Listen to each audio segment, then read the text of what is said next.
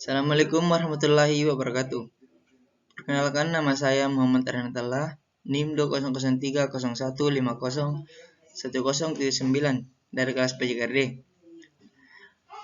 Kali ini saya akan mempresentasikan PowerPoint saya tentang beberapa teori psikologi belajar pada mata kuliah belajar motorik.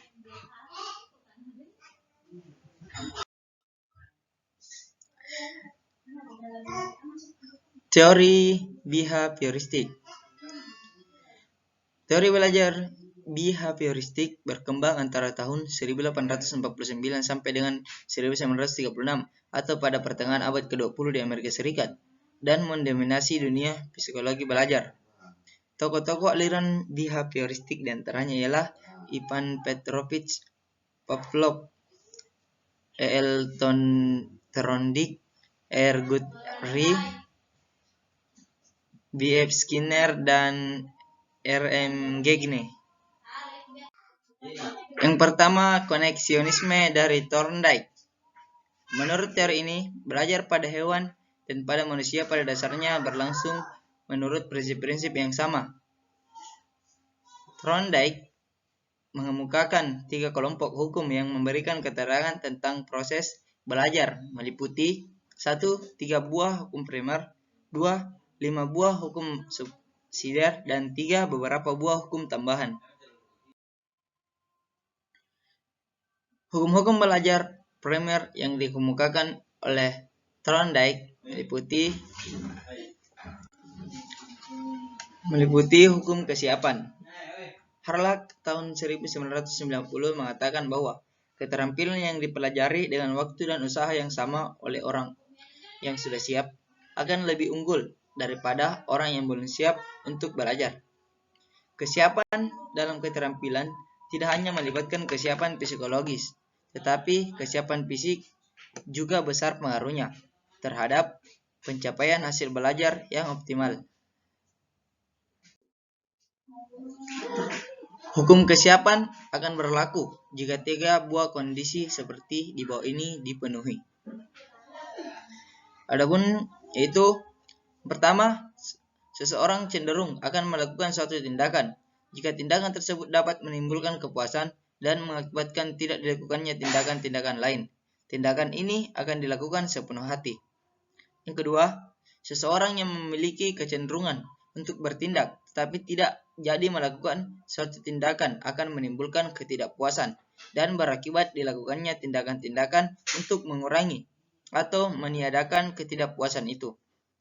Ketiga, seseorang cenderung untuk tidak melakukan suatu tindakan, tetapi karena ia dipaksa untuk melakukan suatu tindakan akan menimbulkan ketidakpuasan dan berakibat dilakukannya tindakan-tindakan lain untuk mengurangi atau meniadakan ketidakpuasan.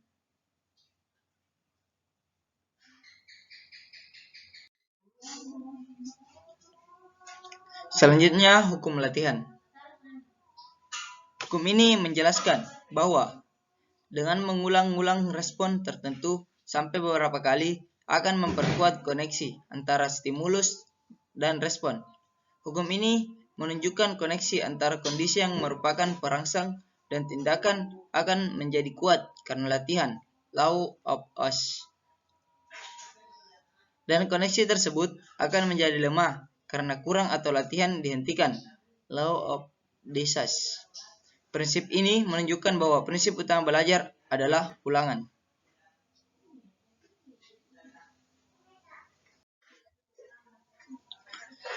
Selanjutnya, hukum efek.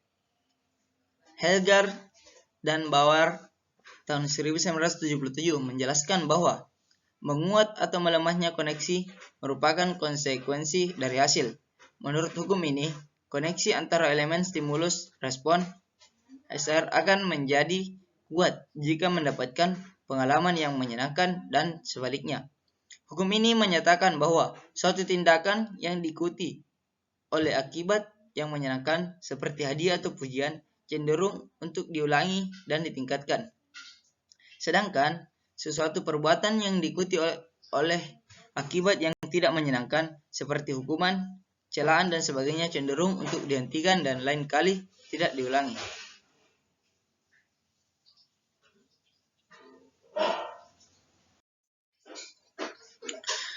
Selanjutnya, konsep transfer of training. Teori transfer of training ini dikenal pula dengan nama teori of essential element, yang menyatakan bahwa transfer belajar akan menjadi apabila antara hal yang lama yang telah dipelajari dengan hal-hal baru yang akan dipelajari terdapat unsur-unsur yang identik. Dengan demikian, untuk memperoleh transfer belajar secara optimal, maka bahan pelajaran yang akan disajikan harus mengandung sebanyak mungkin kesamaan yang mungkin akan berguna dalam kehidupan di masyarakat.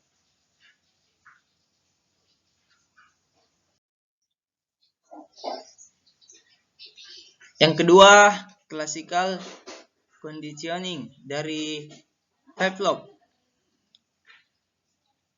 Inti dari teori ini adalah tingkah laku tertentu dapat dibentuk dengan memberikan kondisi tertentu secara berulang-ulang untuk memancing perilaku yang diinginkan sesuai tujuan.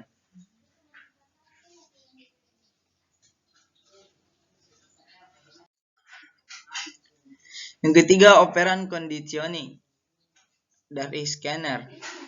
Teori ini dikembangkan dengan melakukan percobaan pada tikus yang dimasukkan kotak dan dipasang pengungkit, sehingga apabila pengungkit tersebut ditekan maka akan mengeluarkan makanan.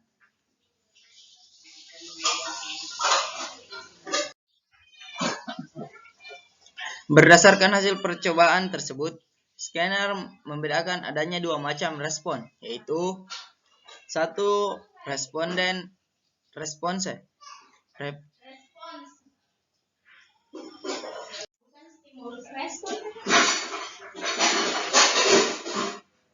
reflexive response, yaitu respons yang ditimbulkan oleh perangsang tertentu seperti makanan yang menimbulkan air liur.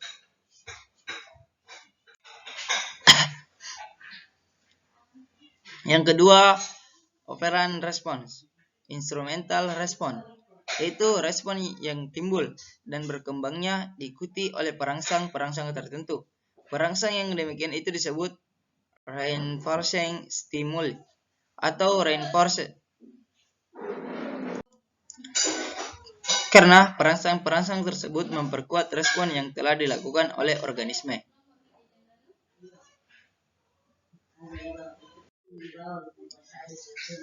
Selanjutnya, beberapa teori kognitif.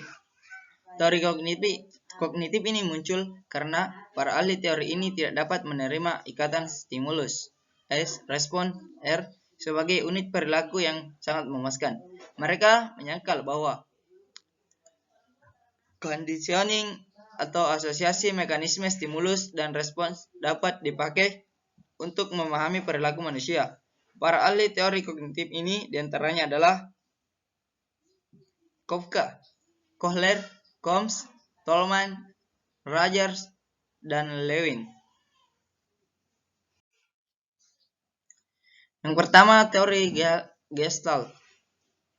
Teori ini dikembangkan oleh Kafka tahun 1935, Kohler tahun 1925, 1947, 1969, dan Wertheimer tahun 1945. Dalam percobaannya, Kohler menggunakan simpanse dalam kandang dengan menempatkan dua buah tongkat yang dapat digunakan untuk menyolok atau menusuk pisang yang berada di luar kandang.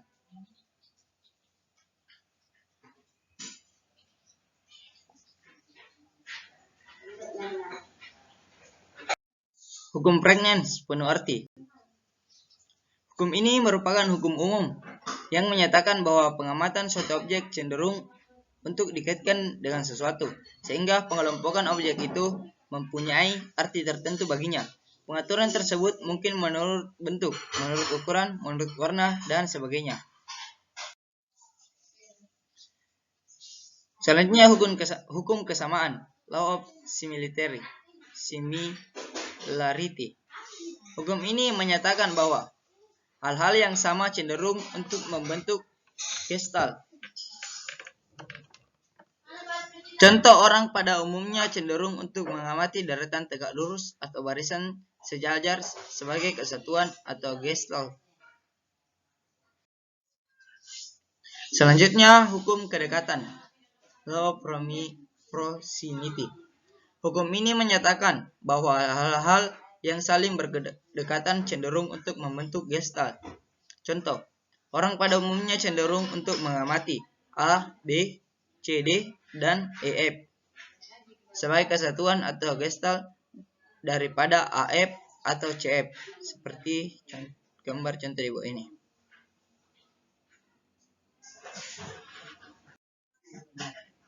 Selanjutnya, hukum ketertutupan. Law of closure. Hukum ini menyatakan bahwa hal-hal yang tertutup cenderung untuk membentuk gestalt. Contoh, pada umumnya orang akan cenderung mengamati B, C, dan DE daripada AB, CD, atau EF.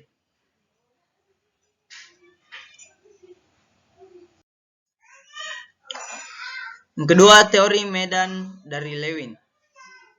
Teori medan mula-mula dikembangkan oleh Carl Lewin 1935, 1936, dan 1942 berdasarkan teori Gestalt. Prinsip-prinsip Gestalt yang telah dikemukakan di atas diakui berlakunya oleh Lewin. Unsur-unsur mengenai belajar menurut Carl Lewin. Belajar adalah mengubah struktur kognitif. Pemecahan masalah hanya dapat terjadi apabila struktur kognitif diubah. Contoh, hubungkanlah keseimbangan titik-titik yang ada satu sama lain dengan menggunakan sebanyak-banyak 4 buah garis dengan tanpa mengangkat alat tulis Anda. Selanjutnya, peranan hadiah dan hukuman.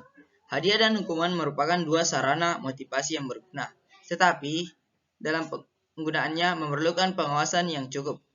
Nilai yang baik tentu sangat menyenangkan bagi siswa. Namun, belajar untuk memperoleh nilai yang baik pada umumnya dianggap sesuatu yang kurang menarik bagi siswa. Selanjutnya, masalah sukses dan gagal. Faktor motivasi lain yang penting adalah pengalaman sukses yang berperan sebagai hadiah dan gagal yang berperan sebagai hukuman. Apabila seseorang mendapat pengalaman sukses, maka dia akan merasa bangga, senang, puas, bergairah, dan sebagainya. Sehingga dia akan berusaha mencapai sukses pada setiap kali ada kesempatan. Begitupun sebaliknya. Selanjutnya, taraf aspirasi. Pengalaman sukses dan gagal itu erat kaitannya dengan taraf aspirasi seseorang.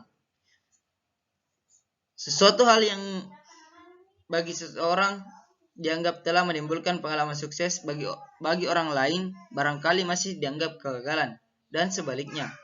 Karena itu, pengenalan taraf aspirasi ini merupakan hal yang sangat penting dalam belajar.